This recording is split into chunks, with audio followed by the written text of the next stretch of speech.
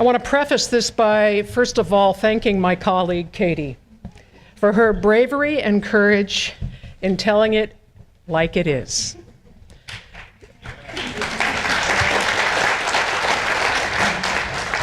I happen to be a Kim Sweeney fan and acolyte. I've seen her work in a church.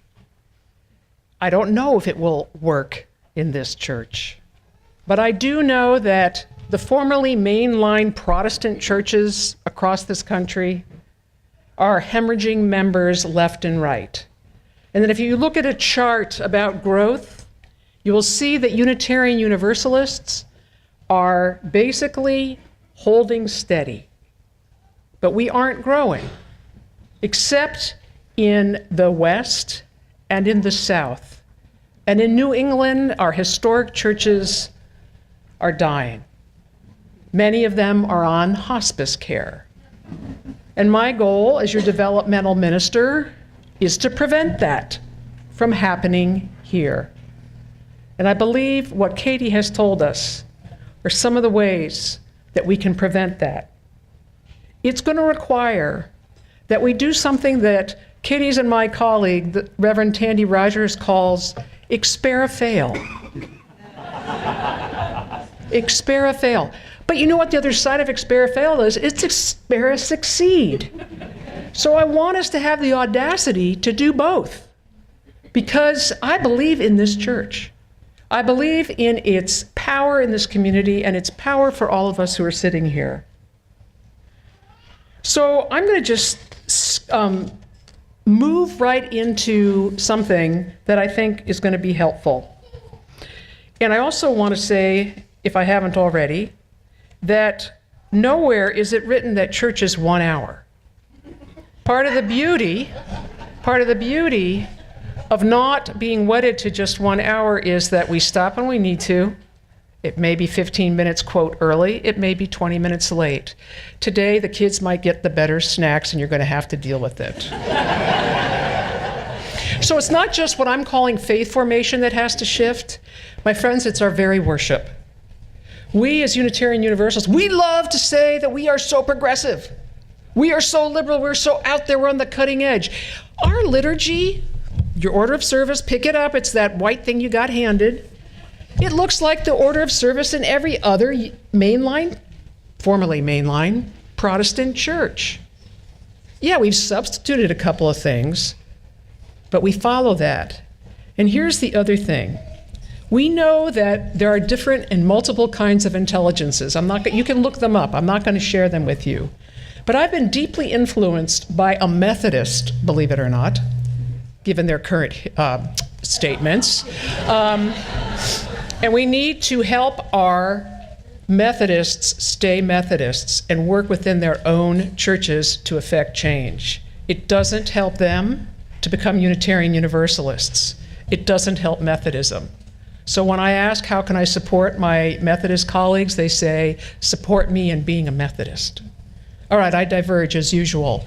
Marcia McPhee, she actually studied film, and she said, you know what, not only do we have multiple intelligences, we have multiple rhythms. Not just children, but adults. And what she said is that we learn through our senses and also through our own individual body rhythms. She says that research shows that out of every 10 learners, 2 are auditory, meaning you take in information this way, you hear and you forget. 4 are visual, you see and you understand. And 4 are tactile kinesthetic, you do and you remember. We remember only 20% of what we hear. 30% if we not only hear but see. 50% of what we hear and see. 75% of what we hear, see, and talk about. And get this, 90% of what we hear, see, talk about, and do. And that happens every week in Spirit Jam. Now think about how we do worship. It's all auditory, which means that only 20% of you are going to hear and remember anything that happens here on a Sunday morning. The rest of you, it's going to go in one ear and out the other, and you know what happened? My goal is I'd love for all of us to be the 90%. Because the way we worship, we set ourselves up for amnesia. It's no wonder we're just hanging on as a denomination and not growing. So McPhee has broken down our human rhythms into 4 kinds. And do not laugh at these, please. Drivers, don't laugh at them. Shapers, no need to laugh. Swingers, yep, and hangers.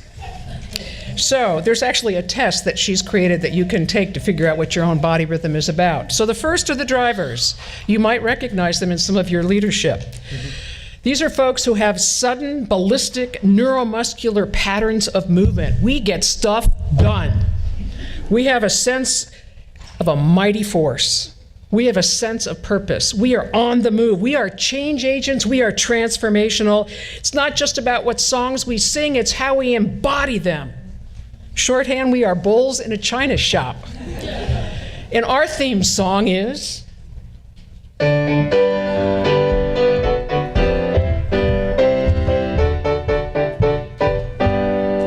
Siyahamba. Okay. Shapers. You kind of sound like Presbyterians when I give you the description. A place for everything and everything in its place. This is your body rhythm. We must get it right. We must take it one step at a time or one movement at a time. We will do it decently and in order. You all are the organizers. You shape energy. And your focus is on structure and form, and you want the right people doing the right things at the right time. You can keep the order of service, and you can be creative within it. But your song is...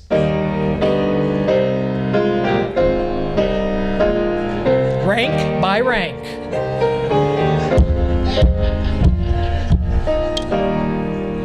Thank you. Are you getting it? Okay, swingers, it's not what you think. I say this with great affection. You are the ADD folks. My partner likes to say that I'm ADD, and I really resist that. I like to say I'm interested in a lot of things. Just because they all happen at the same time does not necessarily make me ADD. Okay, so we're the swingers, right? And we say, you know, takes as long as it takes. Loosen up, don't worry, be happy. We're great collaborators. We have fluctuating bursts of energy. We're highly interactive and multi-directional. And we want emotion in the service. It's got to be that heart space. And we love the language of celebration and creativity. Our focus is on creating a sense of community. And the process, oh, this reminds me of my ancient feminist days. The process is more important than the form or the goal. And our song is...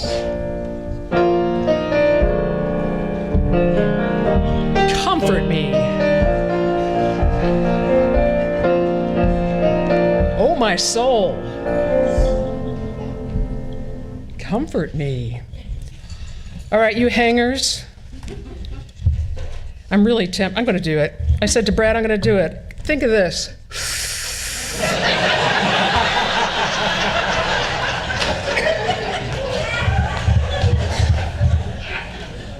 You just go with the flow. It's all good. You're visionaries. No worries. You're sustained and free-flowing, and you don't have any burst of energy because you're just kind of like here. You are very willing to meander, tiptoe through those tulips. Even so, you still see the big picture, and you're going to wait. You're going to hang back until that big picture emerges. And you use the language of being. You love mystery and awe.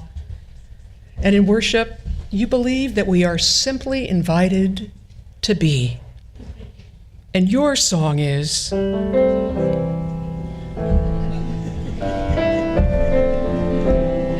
When I breathe out, out love when I breathe in. Okay. Hey, can anybody identify their rhythm in there? If not, I do have a test. But the point is, if we're only doing the bull in the china shop method, we're alienating a lot of people. If we're only doing the hanging, you're going to drive those drivers nuts and crazy. We need to have something in every worship service that speaks and incorporates the rhythm of who we are as beings. It's not just children that have rhythms, it's all of us.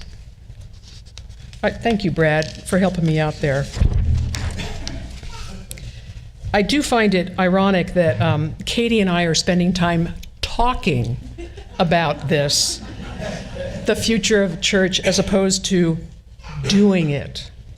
But I promise you, on March 31st, you will have the opportunity to do church in one way that may resemble the church of the future. And I want to close this morning by sharing a story that my colleague Melanie Uman shared this week when we hosted the Interfaith Clergy Gathering here. She's the minister at the Congregational Church in town, and she talked about this phenomena that she's seeing, which when she comes home, she's often finding about anywhere between 6 and 9 young adults at her house. And you know what they're doing? They're talking to one another. They're cooking. They're sharing food, a meal. Wow, that sounds kind of like Acts 2, huh? Anyway, here's what's happened. A lot of them are refugees from their religious traditions of origin, and they've gone back to the basic things of what church is. The basics. I always believe that our worship will require small groups and ways to connect. I will always believe that we need corporate, the larger worship, but I have no idea what it's going to look like. I also know that nothing replaces the flesh and blood of each of us, of our flesh and blood connecting in community with the flesh and blood of others. My hunch about the future of church is that it is just going to be about connection and relationship in a world that wants to destroy that.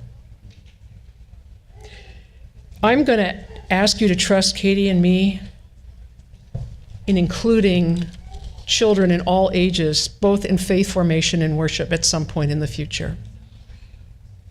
We do not need to be segregated from one another. We need to learn from one another. I need you to trust us on that. I want you to be bold enough to expera, succeed, and expera filled. And I want you to do all this work with trust and faith, which is how it should be on this journey toward the future of church.